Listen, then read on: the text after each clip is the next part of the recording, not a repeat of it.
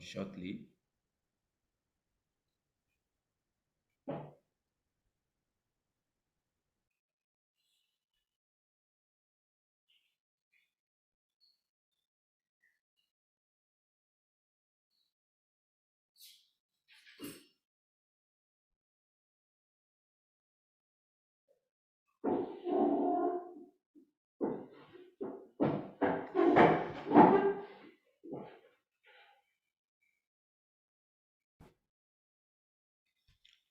So I want to believe that you can see my screen. So if you can see my screen, kindly respond via the chat box. Can everyone see my screen?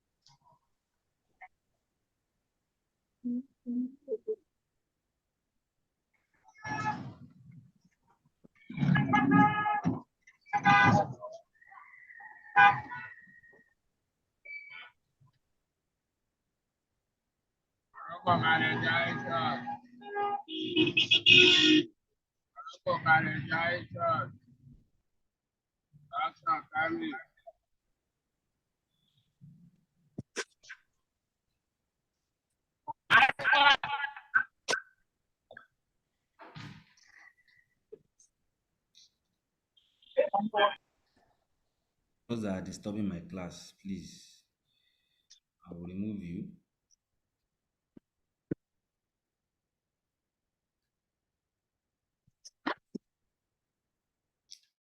This thing you would mute everyone and yet they'll still be able to. Okay.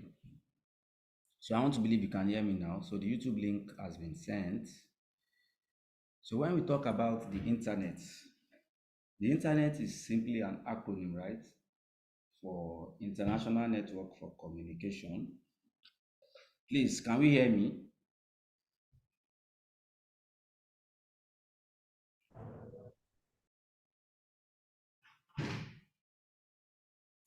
Hello, can you hear me? Okay. So the internet, right, is simply an acronym for International Network for Communication.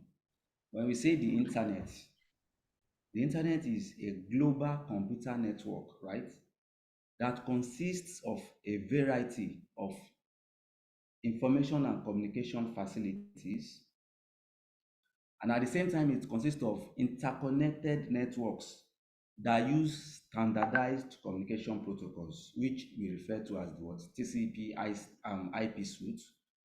That's transmission control protocol slash internet protocol suite, which will be discussed in one of the subsequent sections. So when you talk about the internet, you should have it at the back of your mind that it consists or it has a vast range of information resources and services, which includes hypertext documents, World Wide Web, electronic mail, and a lot more. So as you can see, this is what I discussed in the previous chapter. So this slide is just giving us a brief history of what of the internet. So there is a Department of Defense in the US. That's how it started, which is DARPA, Department Defense Advanced Research Project Agency in the United States. So they started what we call the ARPANET in around 1970s. So they needed to find a way some of their resources, some of their devices be able to communicate with themselves. So they started research with some institutions. And before you know it, more institutions joined, academics, military, and many other institutions. Before we now have what we call what the internet developed in the 80s.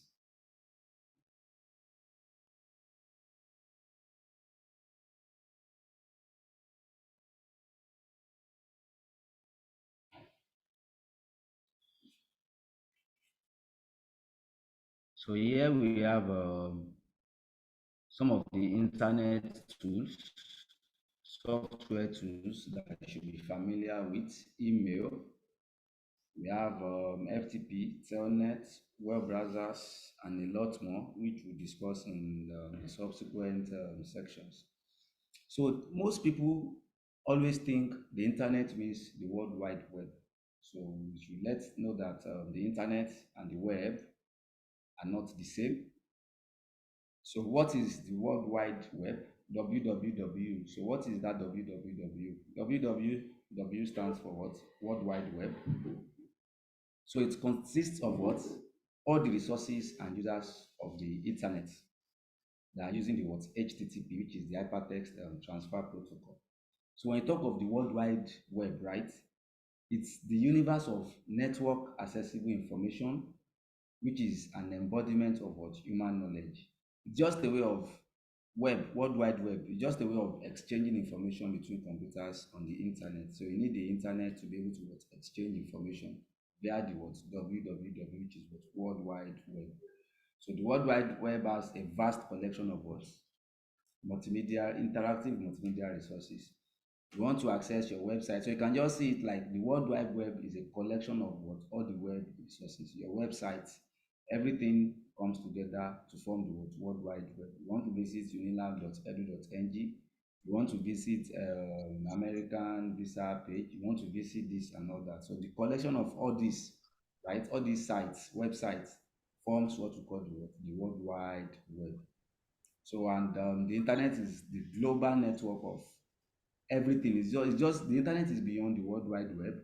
You have email, you have telephony, everything together. Connecting all these resources and devices together is what is the internet, which is what global. So World Wide Web is just about the websites, collection of all these websites forms the World Wide Web, because it's through them they're able to exchange information between devices or computers that are what on the internet. Akombi James, kindly turn off your video. So we have some important World Wide Web concepts that we should be familiar with. We have what is called HTTP, which is the Hypertext Transfer Protocol. It's the protocol, right, that is being used for communication. So the HTTP protocol is used to access hypertext documents on the World Wide Web. You see, when you want to access a website, you say HTTP, right? Colon, double colon, slash this, maybe unilag www.unilag.edu.ng, right? So you can see you want to access hypertext, you want to access that website. So HTTP is a common protocol that helps you to what? To access hypertext documents on what? On the worldwide. So, and an example of that is the web page that we're looking at, hypertext, So we can't hear you.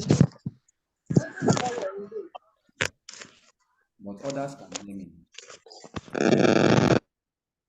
Hello, can everyone hear me? People can hear me. No, sir, we can't hear you, sir. Some are saying yes, and some are saying no.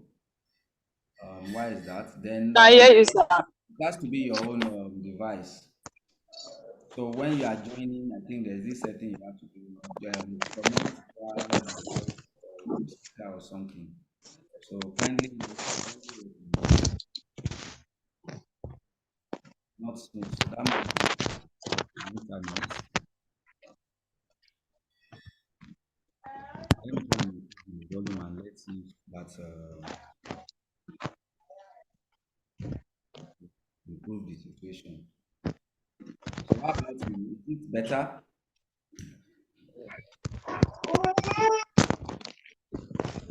Kindly mute yourselves. Don't let me be going back and forth to mute you, please. And the setting is on mute all.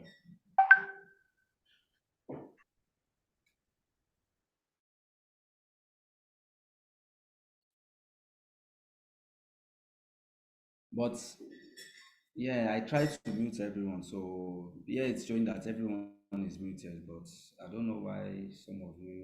But can everyone hear me now?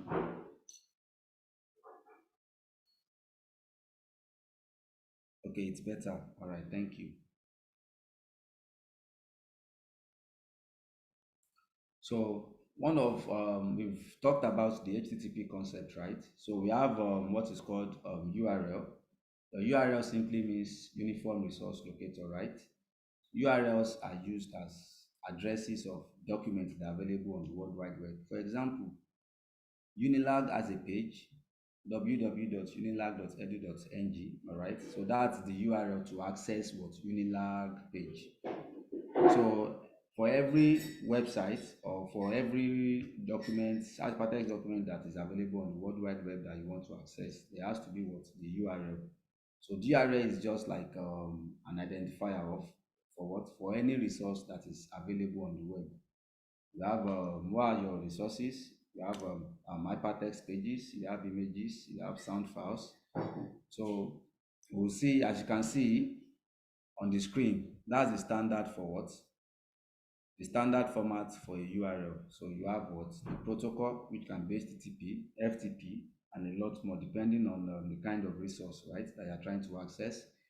Followed by your what? Your colon. That's your colon. Then you have your double slashes, the host name, and after the host name, you have what other information that can follow that your host name.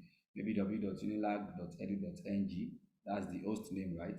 If there's any other page that you want to access, then just say slash this, right? It can come before it can come after it, depending on how it has been what it has been programmed. So the host name is that computer, right? That has that requested resource. So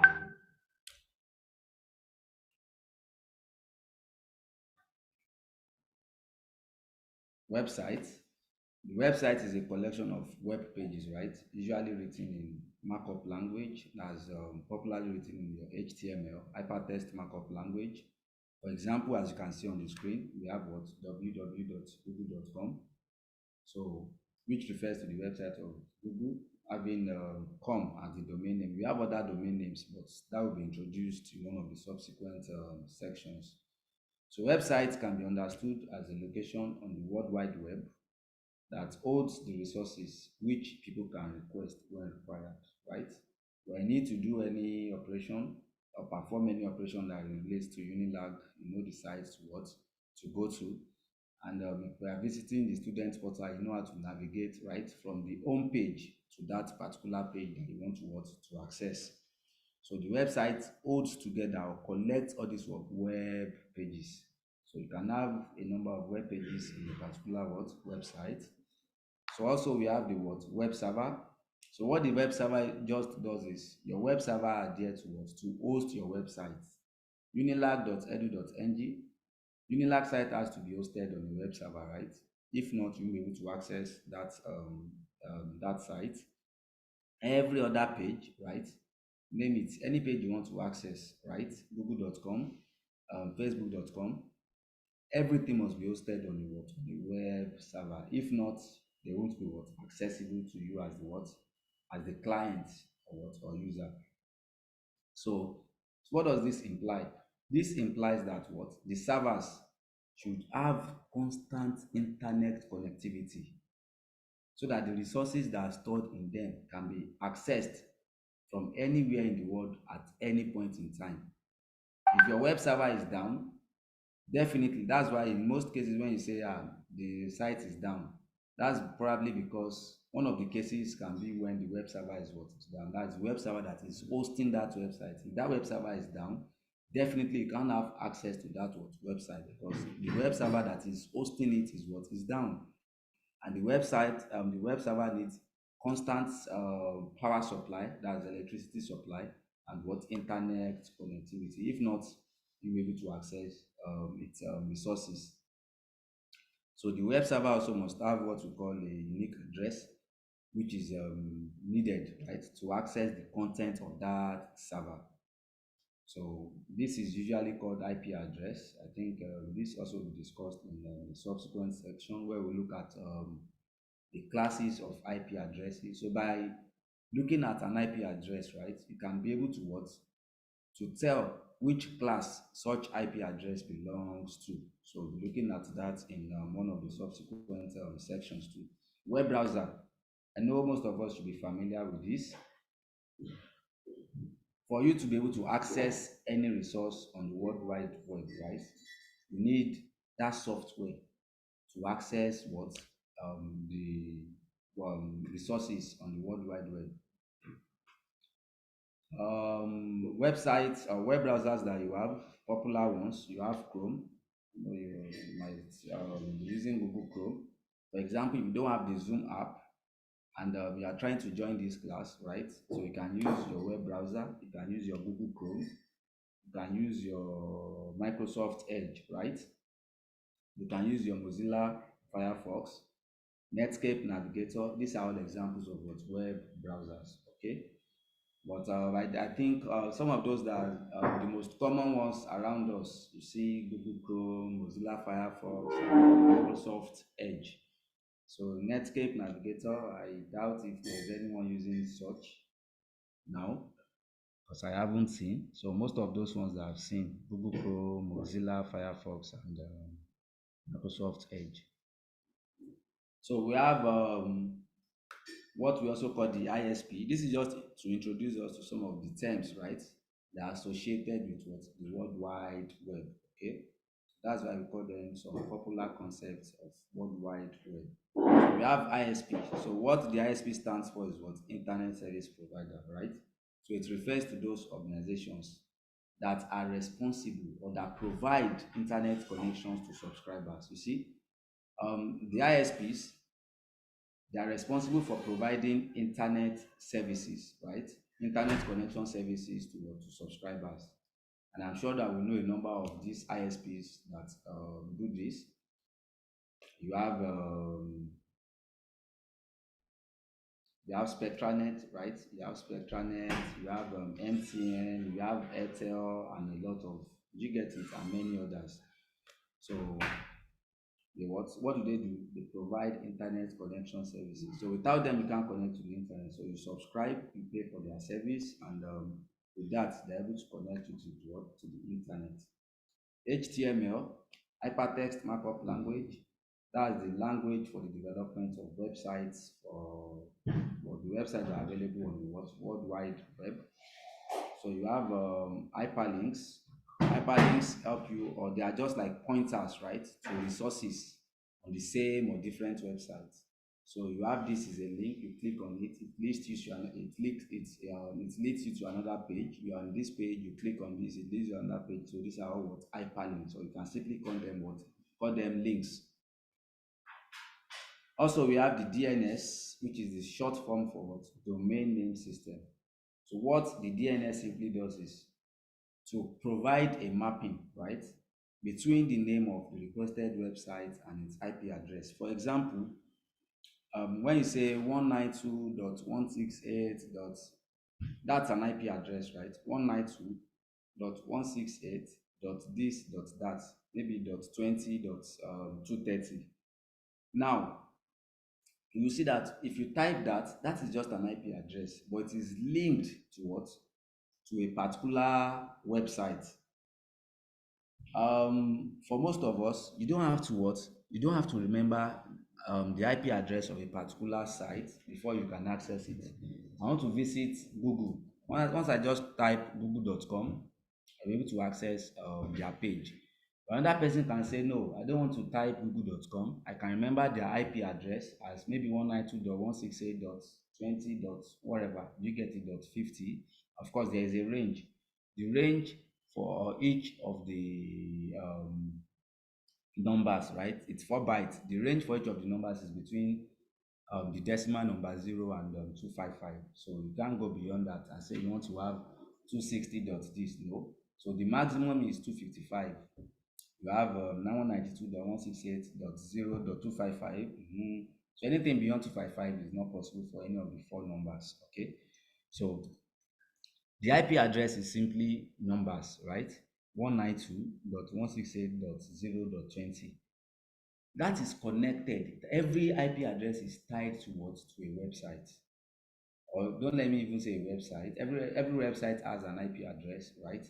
Even your web servers that are hosting the web servers that are hosting your website, they also have what? IP address. Because without the IP address, you cannot access those servers. So almost every device, right? Every device has an IP address.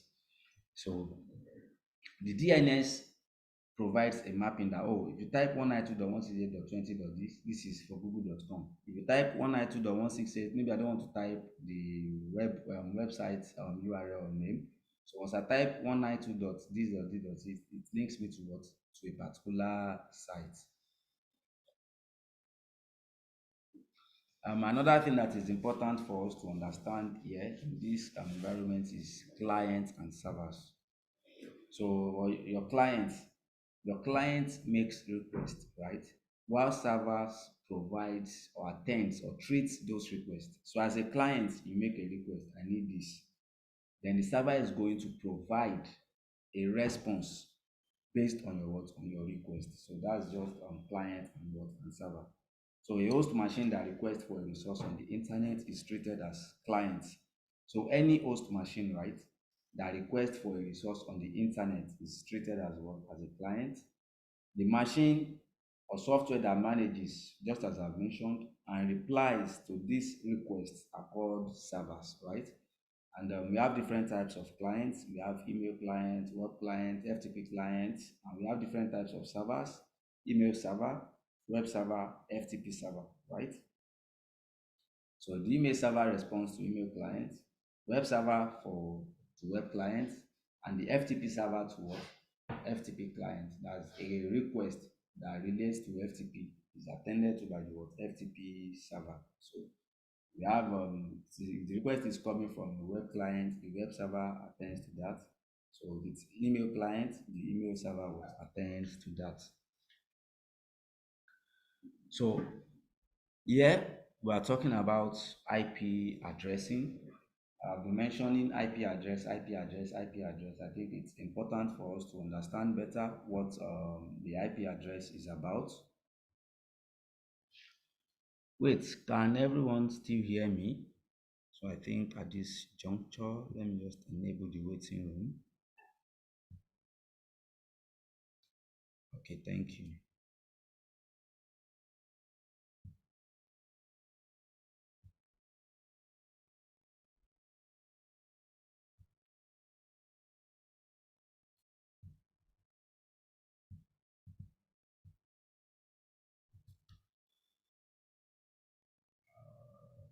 Waiting room. So nobody joins again. Okay.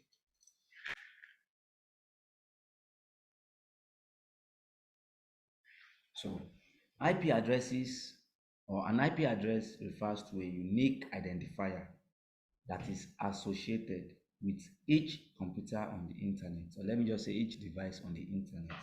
So every device that is connected to the internet has an IP address. I know you must have talked about devices such as routers in one of your previous classes. You have routers, you have repeaters, you have this and all that, right? So every device that is connected to the internet has what an IP address. So they are logical addresses. IP addresses are logical addresses that are used to uniquely identify the communicating entities on what on the internet. So they are used to what to identify communicating entities on the what on the internet. So IP addresses are provided and managed by Internet Protocol, which is at the network layer of the OSI model. So IP addresses are of two types currently. We have the IPv4, that's Internet Protocol v4, that's a version. Then you have IPv6, Internet Protocol version 6, so that's another what version. So the difference between them is just that for IPv4, right, it uses a 32-bit address, meaning that the maximum address space, right, is 2 raised to power 32. It uses a what a 32-bit address, meaning that the maximum number of IP addresses that you can have based on IPv4 is what 2 raised to power 32. So the total number of addresses, if you calculate that, is about 4 billion. So you have two types of what of notations that can be used to represent the IPv4 addresses. We have the binary notation and we also have the dotted decimal notation. But the most common is what is the decimal dotted notation and dotted decimal notation, which I just gave an example. And as you can see, an example here is 192.168.1.10. If you go to your browser, right, so just put this where you have the where you always enter web addresses or the URL addresses. So you can put this number here. You see that this corresponds to what to a particular page on what on the World Wide Web or to a particular site on the what World Wide Web. So the binary notation simply translates each of the decimal right into its binary equivalent. For example, 192 to binary has its equivalent. So you have that. Dot 168 has its own equivalent, but this is not advisable, all right? So even the dotted decimal is not advisable because how many of these IP addresses do you want to put in your head? So it's very easy for you to just say lag.any.ng, but to be typing 192.168.1.this, you want to access another page, you have to type your IP address. So it's just better because you can easily memorize those names compared to these what addresses. So for IPv4 addresses, they employ the concept of classes, meaning that the IPv4 addresses can be divided into 5 classes. So we call them class A, class B, class C, class D, and what? Class E. So these are what? These are the classes of address that you can have for the what? IPv4 version. So now, what actually differentiates each of these is what? Is their range. There's a range for each of them. But before we get there, so let's quickly look at this particular slide. In classful addressing, classful addressing is, yeah, we say classful addressing because we're able to what? To classify it into 5 classes, where you have class A, class B, class C, up to what? Class E. So that's why we call it classful addressing. So it is composed of 2 parts. We have the network part or network ID, and we have the what? The host ID. So there's a number of bits that represent the network part, and there's also a number of bits to represent the host part. But this is dependent on the class that particular IP address belongs to. So the next slide will help us to understand this better. So the length of these parts vary with respect to the corresponding class. I think I just mentioned this, right? So this concept is applicable. You should note that this concept is applicable to addresses from A to what? To C. So for addresses belong to A, we'll see that on the next slide. So the first byte, that's the first 8 bits, represents the network. Don't forget that we said the IPv4 address is composed of 2 parts, right? That's the network ID, which is the network part, and the what? Host part. So for class A, you are using just 1 byte, which is equivalent to 8 bits to represent the network. Then the remaining 24 bits represents the what? The host. In class B, you have 2 bytes for network and 2 bytes for host. Class C, you have what? 3 bytes for network and a byte for what? For host.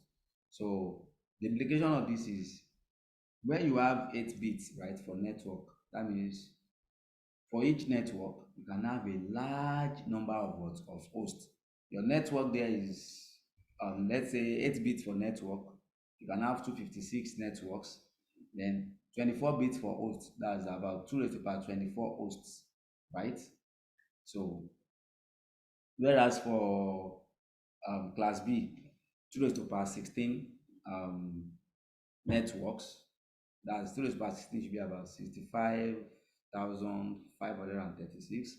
And you can also have about 65,356 hosts. So that's just the concept for what? For each of these. So each network can have up to what?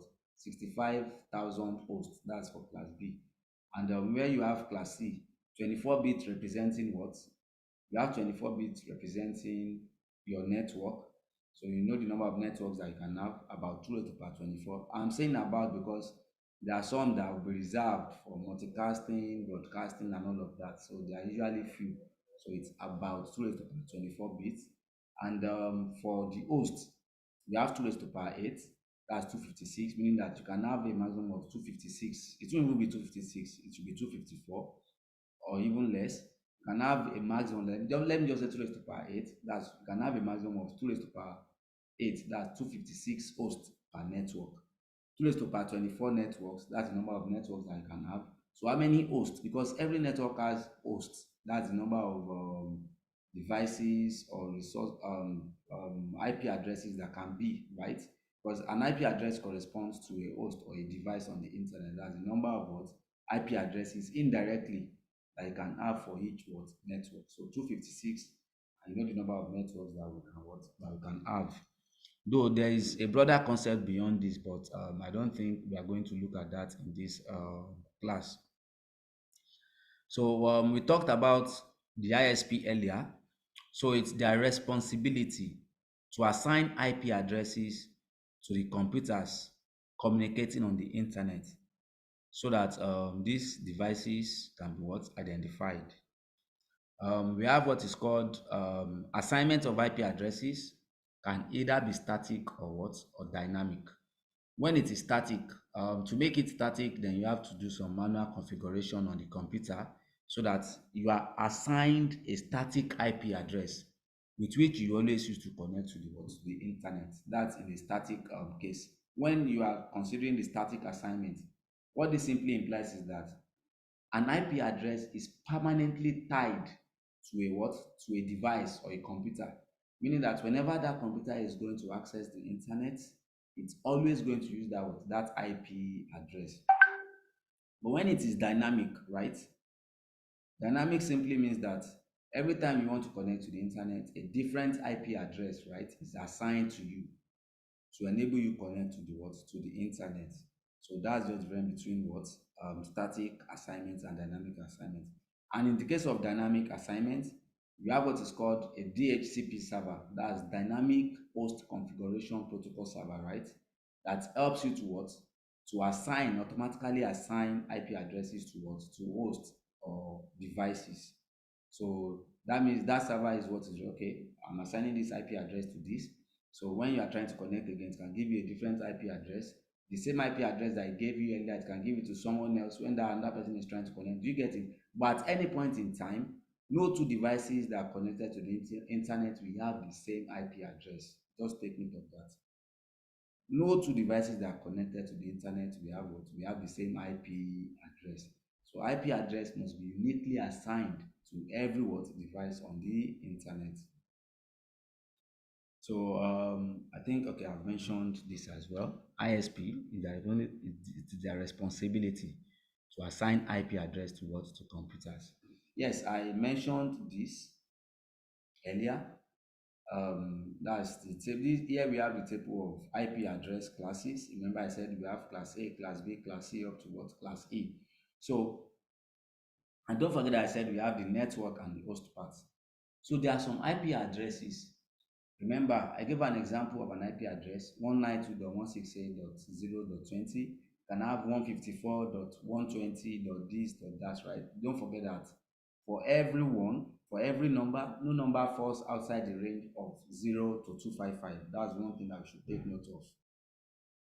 So now, looking at class A, just look at the network part or just look at the first byte.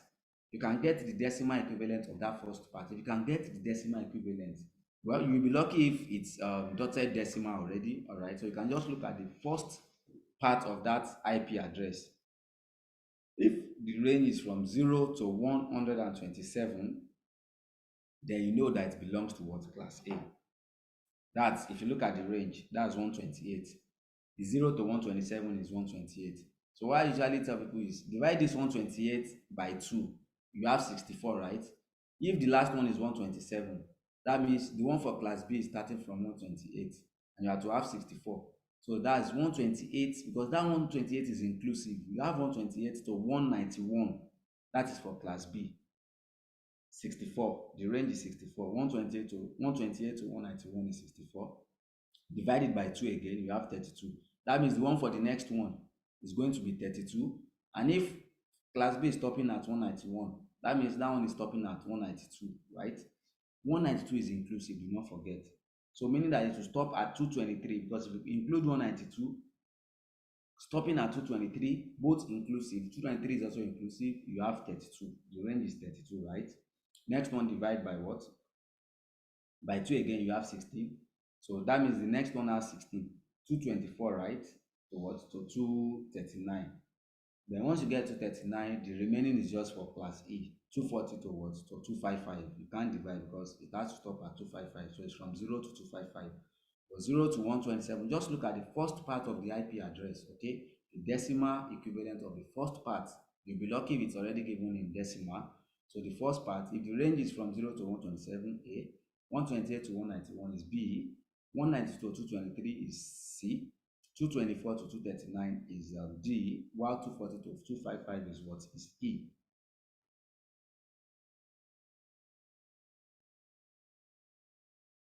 So here you can see the format for an IPv4 address. So you can check this out. So looking at this particular address, 172.16.122.204, it's very obvious that this is what? This is a class B address because class B starts from 128 and it stops at 191. And if you look at what starts this particular IP address, It's starting from the start number or decimal number is 172. So this tells you that what 172 is within the range of 128 and 191. So this is what a class B address.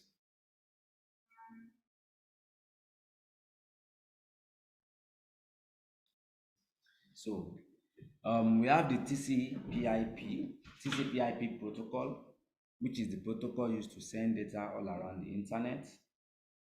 It has two individual sections, TCP and IP. So remember I said this earlier, every machine connected to the internet must have an address, right? By which it can be located on the internet, which is the IP address of that machine. Yes, this has been, I've mentioned this as well. So for the internet to function smoothly, no two machines can have the same IP address. I think this also has been mentioned. What this implies is that each machine connected to the internet must have a unique IP address which identifies that machine. So the internet, we've talked about this. Also, your server must have an address so that resources on that server can be what? Accessed. So you agree with me that sharing of information can be done locally or what or remotely. Yes, you can share information locally or remotely.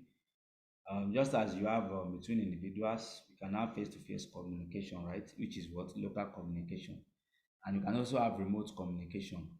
That is, you don't have to be in my own environment, and that does not stop us from what from communicating. So that's remote communication. So either we have face-to-face communication, or we have what remote communication. So you know what are you exchanging? You're exchanging information. You can exchange information or data, right? So and data is that information that is presented in whatever form that is agreed upon between what between the parties creating and using the what the data. So to exchange data, exchange of data is done via some form of transmission medium. For us, for example, if you want to send something from your maybe it's your system to phone, you have to connect your cable, or if you are not using your cable, you can use the internet connection, right? So you can send wirelessly. So there must be a form of what? There must be a form of transmission medium, either wired or wireless, for you to be able to what? To exchange data. Your form of transmission can be either wired, that's through the use of cables, or via what? Wireless. That is, there's no physical connection, no cabling between the devices that are sharing or exchanging information, and that shouldn't still stop them from what? From exchanging information. So you say that your communication system, that is, for there to be a communication, there must be a sender and a receiver, right? So you have four fundamental characteristics that we use to what? To ensure or say that your what? Your data communication system is effective. So that's delivery. If there is a sender and a receiver, you can't say that your communication is successful or exchange of information or whatever is successful when the sender sends and the receiver does not receive, right? So the sender must send and the receiver must receive. So this is when you say what? Your data communication system is effective. Accuracy is about, is it, yes, you can send and receive, but what if what you received is not what you sent? Can you see? Maybe there has been some errors during the process of transmission. So in that case, that means the accuracy of what the receiver is receiving cannot be what cannot be judged. So in this case, whatever is it that the sender has sent, right? That's what the receiver must what receive. So when there is high accuracy, right? In fact, 100% accuracy, then you can say that your data communication system is what effective. Not when I send A and you are receiving B, or I send how are you and you are receiving something else. Do you get it? So that accuracy has to be there.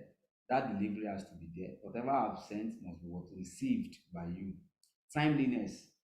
Timeliness is also very, very important in the sense that maybe I'm trying to communicate with you urgently, or maybe there's an emergency and I need to reach out to you.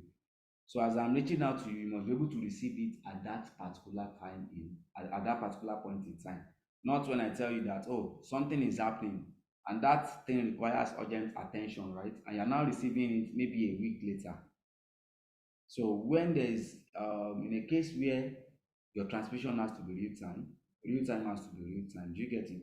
If there can be some delay, yes, but in some cases you need that transmission to be done as quickly as possible. In fact, immediately.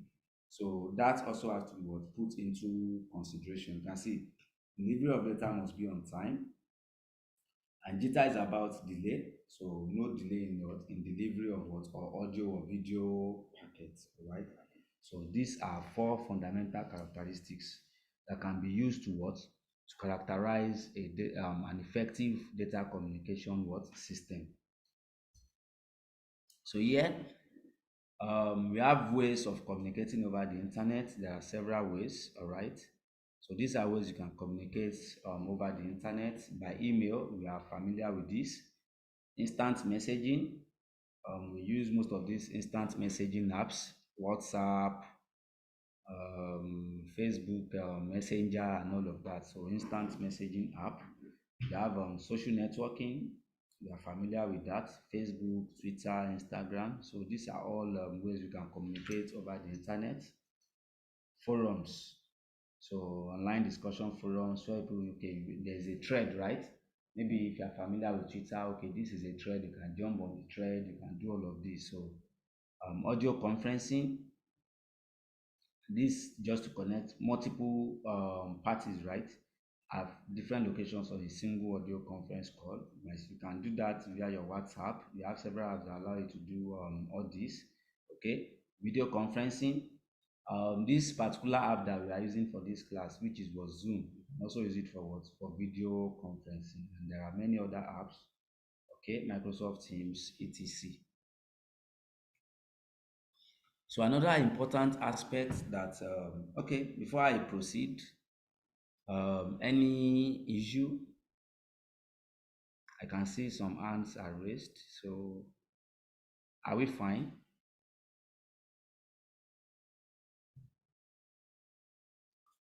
What is TCP? TCP is transmission control protocol.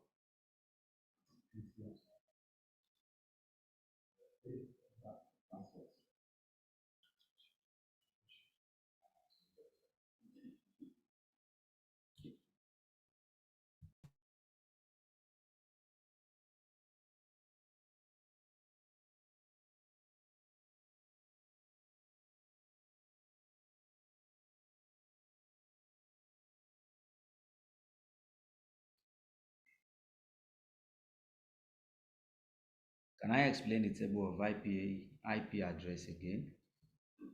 So the aspect of type A and type B, please come again. Okay. So the next section I'll be looking at is internet domains. But before I go to that, since I think three of you have said I should explain the classes of IP address. What I'm just saying there is that yeah, okay, let me see if I can type, right? So let me see if I can annotate.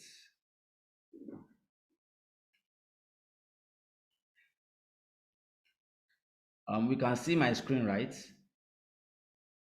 Okay.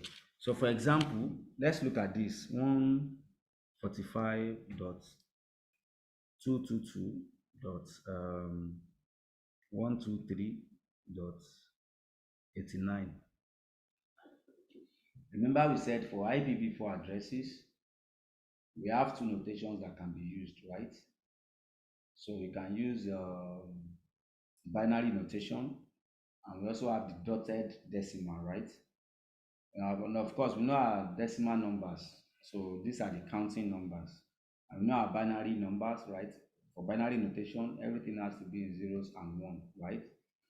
Now, for each, remember I said this is a byte, right? We have 4 bytes making up the what IPv4 addresses. We have 4 bytes, and if you look at 4 bytes, what is 4 bytes? 4 bytes is 32 bits, because a byte is what? A byte is a group of 8 bits. A byte is a group of 8 bits. And if you look at that, what is the smallest value? A byte, the smallest value is when you have 8 zeros, right? 8 zeros, which corresponds to the decimal number 0. And the highest is what? Odd ones, which is 8 ones. And 8 ones corresponds to what? 255. Meaning that for each, you can see this has four, let me say, should I say four parts? Yes, an IP address has let me just say 4 number parts, because they don't really distinguish them. Everything together is an IP address, right? So let me say it has 4 bytes. So I will refer to a byte as a part. So that's 4 parts. So each part, that is whatever you have before the dot or after the dot, right, is a part. So now looking at this, the smallest number is 0, and the highest is what? 255. Meaning that this 145 can be any value between 0 and 255, right? This 222 can be any value between what is 0 and 255. That's another thing I should note. This 123, right? This 123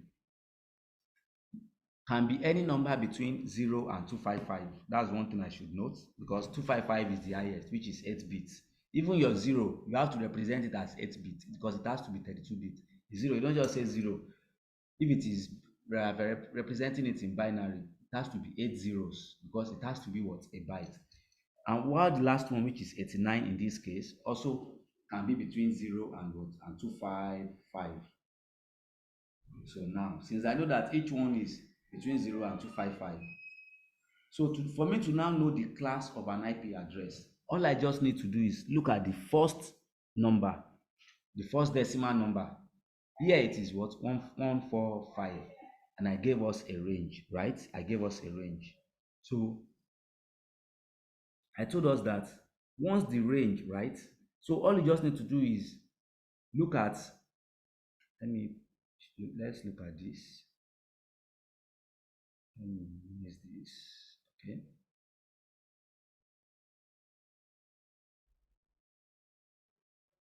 Okay, I want to change this to this, okay. Ah, you like that? Fine.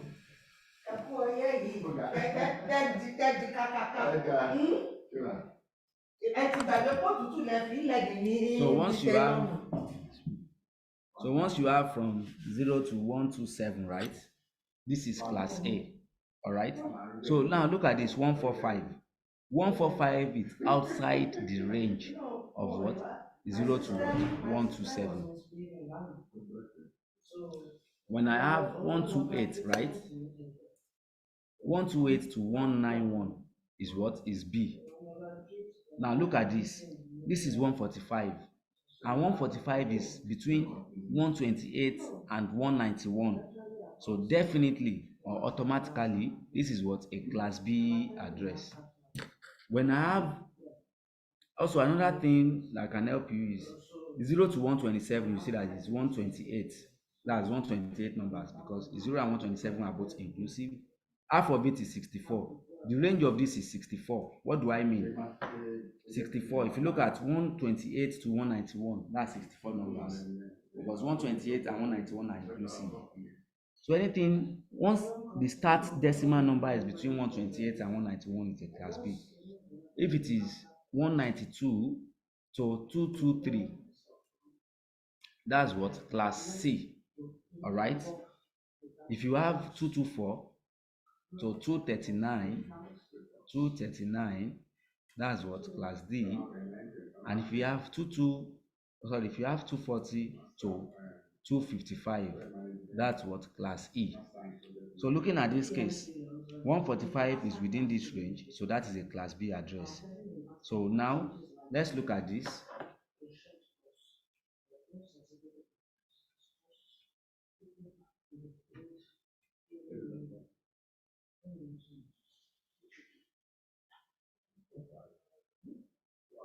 Now, looking at this one, what class is this? What class of IP address is this? You can respond via the chat. So what class of IP address is that?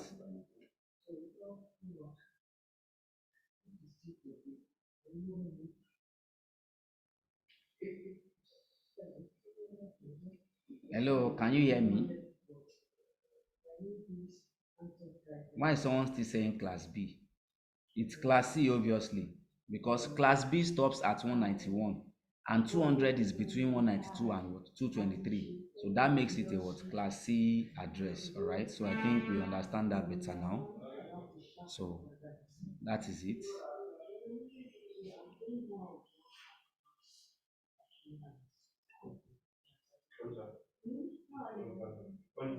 Hey,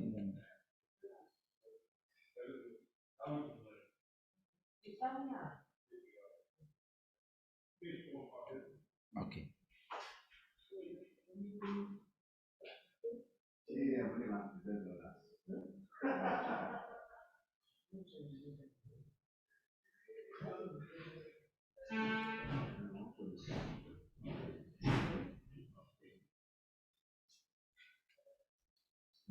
So now let's look at internet domains, right? So machines on the internet are uniquely identified using their what? Using their IP addresses, using their corresponding IP addresses. I think I've said this. Usually, the names assigned to the computers must be unique to avoid ambiguity. So let's look at what we call a namespace. A namespace is just the mapping between the names of the machine and their corresponding IP addresses. There are two types. Namespaces are organized in two ways. We have flat namespace. I think you will see all of this in your textbook. And you also have the what hierarchical namespace.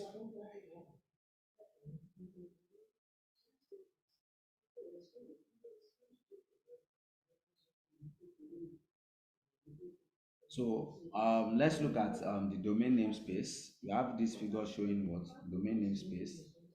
We have different type of domain. We have the root domain, top level domain, the second level domain. For example, if you look at google.com, Google is second level domain, right? The top level domain is com.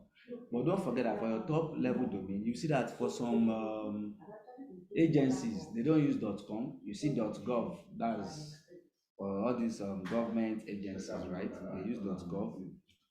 You have Edu, for example, Unilag, which is an educational institution. So what do we use? Edu. Obafemi Awolowo University is Edu. So these are top level domains. You have some .net, right? So you have different kinds of what domains. So you can read about what we call generic domains, country domains, where you say, okay, .ng, UK, you would have seen something like that, .co.uk, .us. So these are all country words, domains.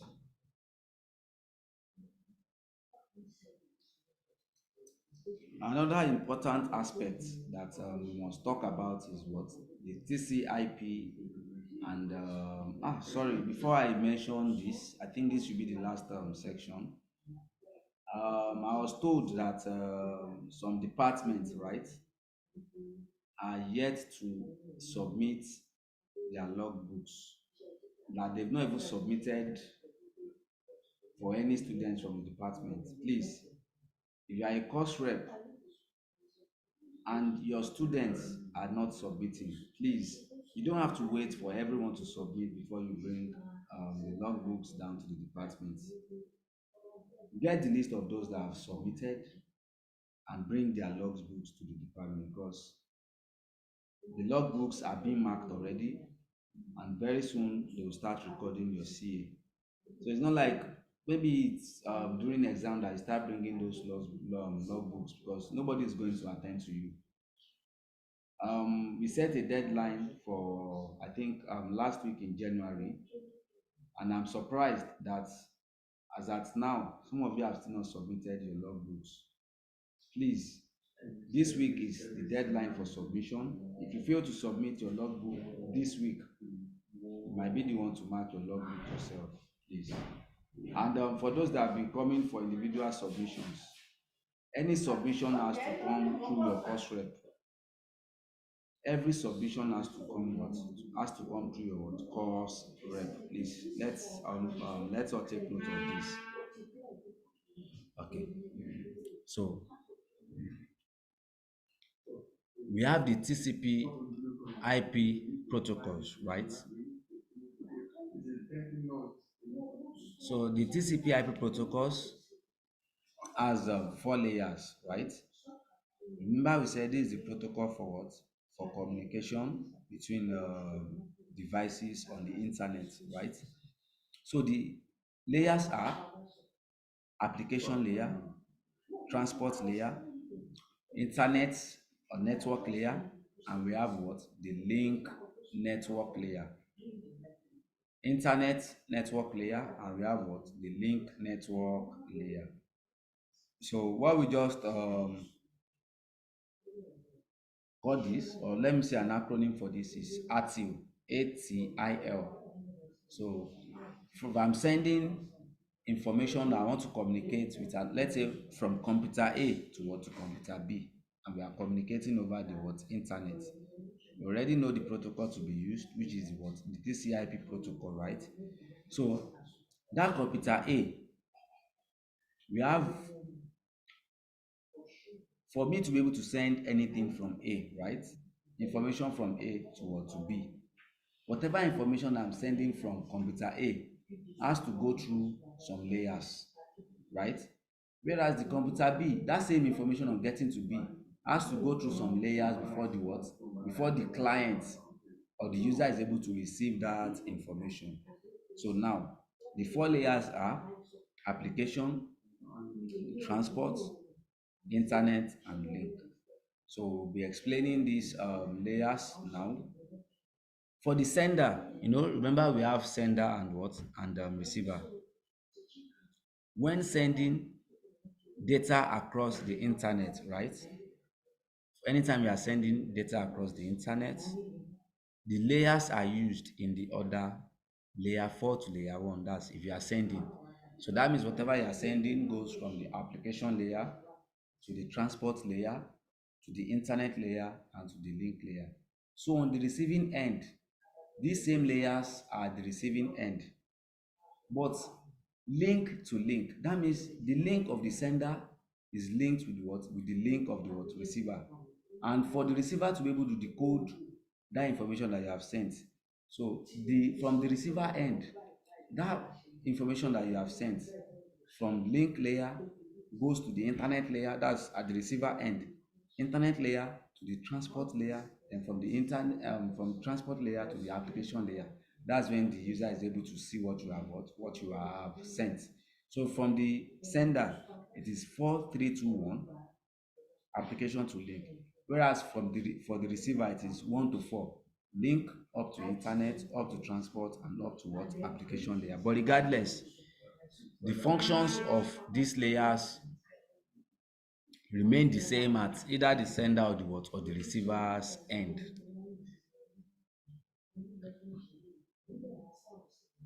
So application layer. Your application layer contains all the programs that exchange what, data. I will repeat. The application layer what, contains all the programs that exchange data, such as your web browsers or your server software. So remember I said from the application layer, right? Files, that's whatever is it that you want to share, are sent to what, to the transport layer. So this layer allows applications to access the services in the other layers, and it also defines the protocols what, that your application uses to what, exchange data. So at the application layer, we have several protocols that are associated with this layer. We have the HTTP, which is the hypertext transfer protocol, right? Which is the protocol, which is the protocol responsible for what? For transfer of files that make up web pages on the World Wide Web. I'll repeat, HTTP, which is the hypertext transfer protocol, is the protocol that is responsible for what? For correct transfer of files that make up web pages on the World Wide Web. Another protocol that we have here is with SMTP, which is the Simple Mail Transfer Protocol. So this protocol, that's maybe if the operation you want to perform is sending of email, right? So the protocol that is used for sending of emails is what the SMTP, which is the Simple Mail Transfer Protocol, right? Then you have POP, Post Office Protocol. You have POP 3 and 4. And we also have IMAP. Don't forget that SMTP, which is Simple Mail Transfer Protocol, is used when sending email, right? So POP 3 or 4 and IMAP, they are used when receiving emails. But the difference between POP 3, 4 and IMAP is that for POP 3, once you receive the email, right, the the email is deleted from the server once it is confirmed that the receiver has received that email. When you send, right, it goes to the what server, which is the POP 3 server, right? So from that server, it waits till the receiver receives that email. Once it is confirmed that the receiver has received that email, then that copy of mail or email that you sent, right, is deleted from that server, meaning that once you access it once, you can't access it again. You've seen it, that's the end. That's POP 3 4, Post Office Protocol. But in the case of IMAP, the IMAP server allows to download a copy of that email, meaning that at any point in time, maybe if you lose your phone, right, or you lose your device, once you log in again, all those mails, right, you receive them again. Even your past emails, you receive them again. That's because for IMAP, it's only a copy of the email that you receive. So anytime you need that email, you can always get another what copy, because the email is never deleted from the what from the server. So that's the difference between POP 3 and what POP 4. Both of them are for receiving emails, while SMTP is for sending of emails. That's the protocol used when you are trying to send an email, while the protocol used when you are receiving an email can be IMAP or POP 3/4. So we have the DNS, domain name service, which is the protocol used to find IP address, all right, when sending emails, all right. And also you have FTP, though it is not limited to this, all right. We have many more protocols that are used at the application layer. So it's not limited to these six. You can carry out your research to learn more about the other protocols that we have. I think there's also RIP, which is routing information protocol. All right, so that's an example of protocol that use at this application layer. So also you have the FTP, which is the protocol used when transferring messages and attachments. Let me just mention this. Just came to my mind. SMTP is for sending of emails, right? So there's another protocol called MIME. I think it's multipurpose internet um, internet mailing extension. Yes, multipurpose internet mail extension or mailing extension, one of the two. So that's an alternative protocol for SMTP. Well, the difference between, I don't have it in this slide, all right, but just take note of it. The difference between them is that SMTP cannot handle binary data or binary files. When I say binary files, these are files that involve audio, images, and videos, right? So any file that involves audio or images or videos, we call them binary files. So the SMTP is just for sending text, all right? So we have MIME, multipurpose internet mail extension. So what that one does is that if you have binary file, that is a mail, if you are sending a mail, right, that has those kind of attachments, images, videos, and all of that. So it helps you to add attachments to the text that you have in that what email. So that is MIME. Just as you have POP3 and IMAP, you have SMTP and MIME. So I think mine, you can just call it mine, MIME. So just take note of that. So I said from the application layer, we have the transport layer, right? So the transport layer regulates network connections, and this is the layer where your data is broken into what? Into packets, all right? So your packets are like fragments, so to fragment it, it will break them down into smaller group of let me just say into smaller groups, all right? Maybe you are sending a large file and it's 232 MB, so it can break them down into 16 megabytes, right? So that they can be sent via those other layers. And when they arrive at the receiver's end, this don't forget that we have what is called the at this layer. We also have it sends the synchronization of the packets, like this, the order in which those packets should be rearranged.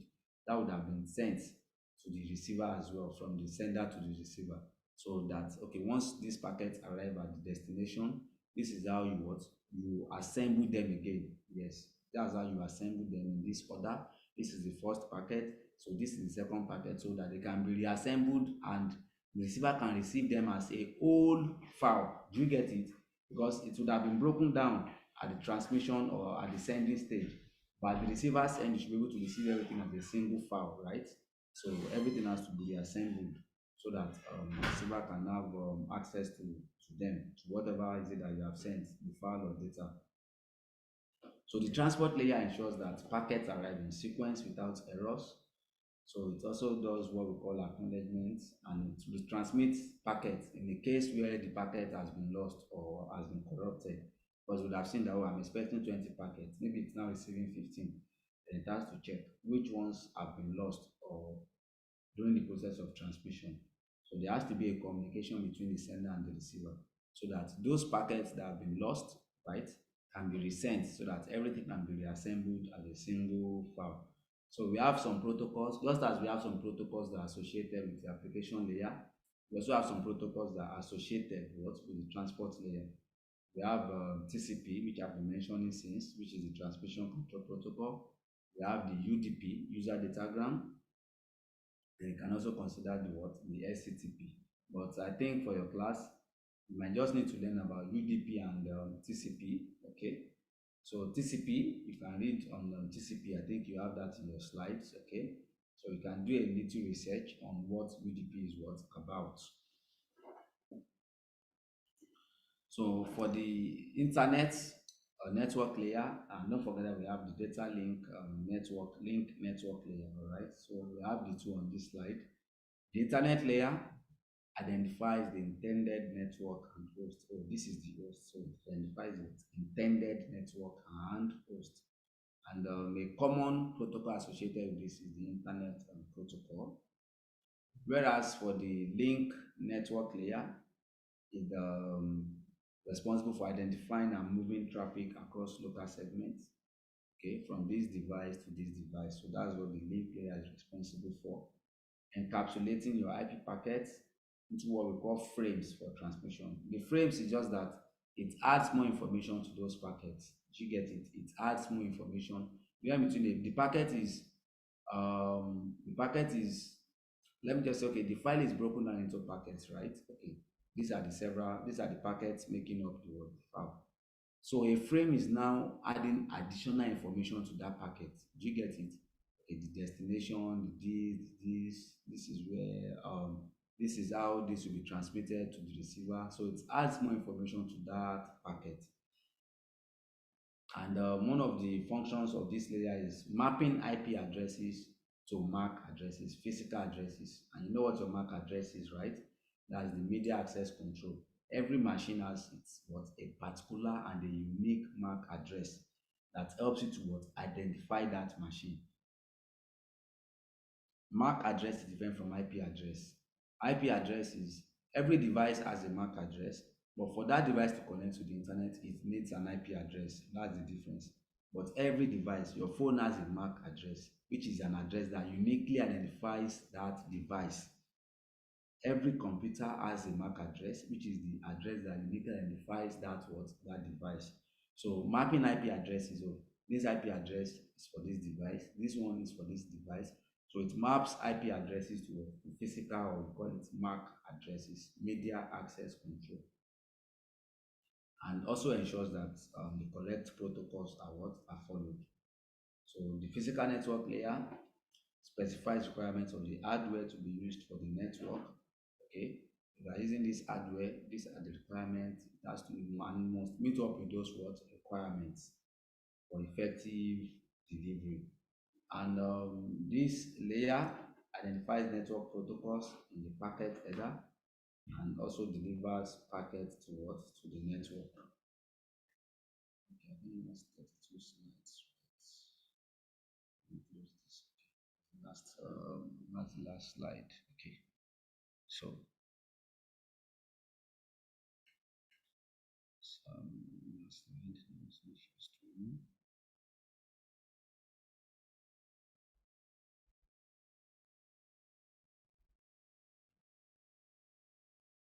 Okay, so I think that's all. Network back. All right, so I think that's for this last chapter. So we have come to the end of lectures for FSC 113. I want to believe that we have treated chapters 1 to 9 now. Chapters 1 to 3 were treated by Mrs. Chika. Then I think chapters 4 to 6 by Dr. Mwoiri, and to the best of my knowledge, they completed all their chapters. And prior to now, we had done chapters 7 and 8. In chapter 7, I introduced you to programming, right? Where we looked at algorithms, we talked about flowcharts, SDLC, system development, life cycle, and all of that. Then chapter 8, where we looked at VB, that's programming in Visual Basic. And we're able to look at controls and commands, writing of codes, variables, data types in VB, and the selection structure in VB, loops, and all of that. And this particular chapter, which is the last chapter, we've seen a lot of concepts, the internet, the history, what is WWW, World Wide Web different from the internet, their differences, IP addresses and their classes, the TCP/IP protocol, and domains and all of that. So let me just remind us again, please submit your logbooks. I think there was a department they told me yesterday that has not even submitted at all.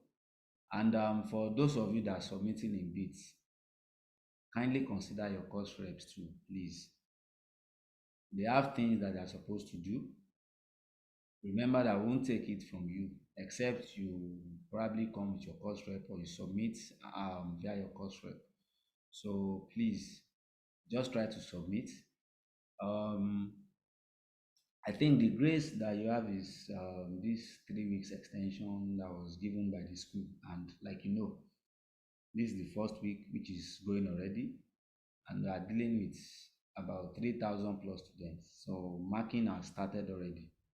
Kindly ensure that your logbooks are submitted at the department to make collation easy for us as well. All right, thank you. So are there questions?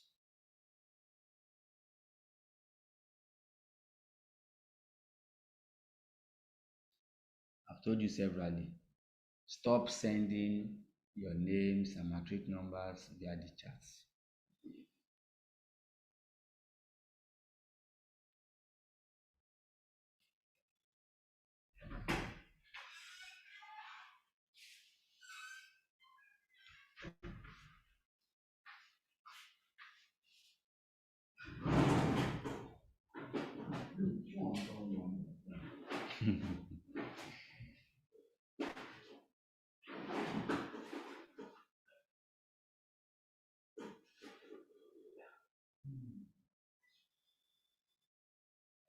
Damilola Taiwo, please ask your question via the chats.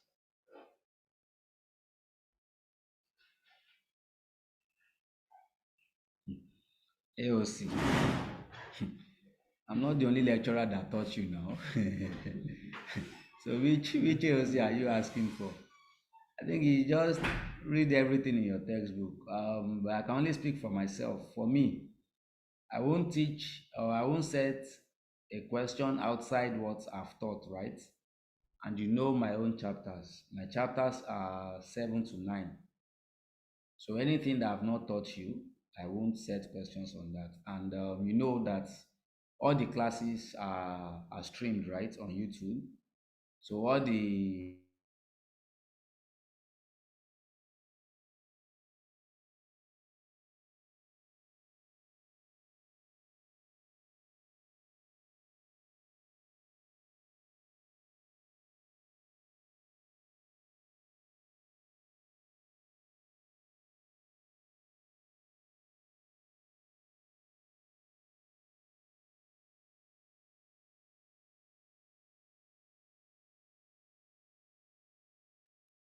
okay. Um, so I said for someone asking for AOC, I won't set a question. I won't set a question outside what I taught you. And you know my own chapters, right? My chapters are from 7 to 9. And the links that we sent previously for those for YouTube, the links are still available, right? So the links are there for you. For chapter 7, I think I shared the link then, so you can ask your course reps. They can get it from the page, from our page. And also, if you can't access the link, just let me know. So I will send it to them. We have a group. I have a group with your course reps. So I will send the links to them, and so you can slides. You have your textbook. So the slides are extracted from the textbook. And if you go to the YouTube page, the slides, I think you're able to access the slides from there. Everything is there. So each slide, you will see each slide there. So I don't think I need to send that to you individually.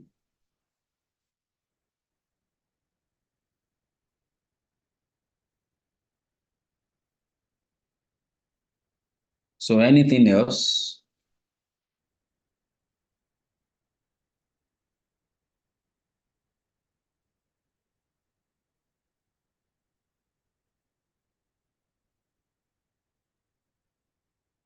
So in the absence of any other question, I think I can say now we have come to the end of lectures for FSC 113.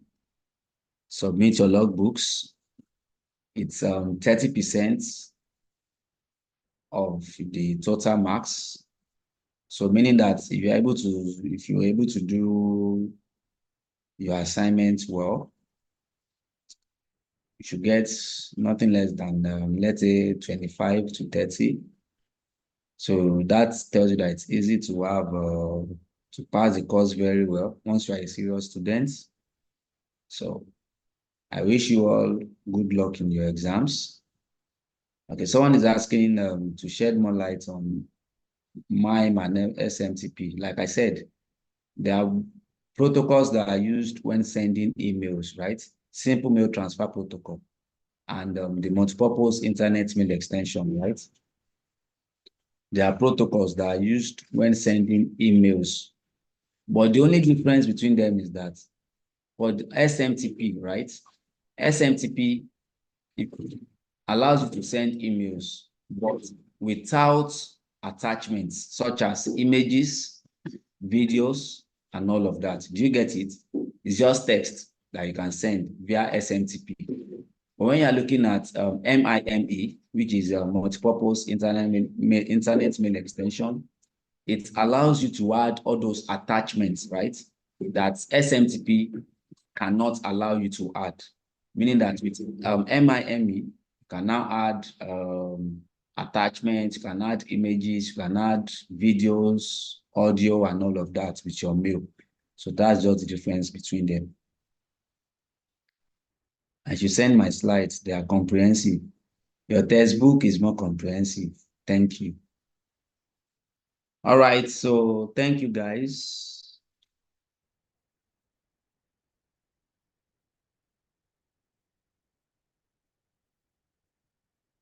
Wishing you good luck in your exams.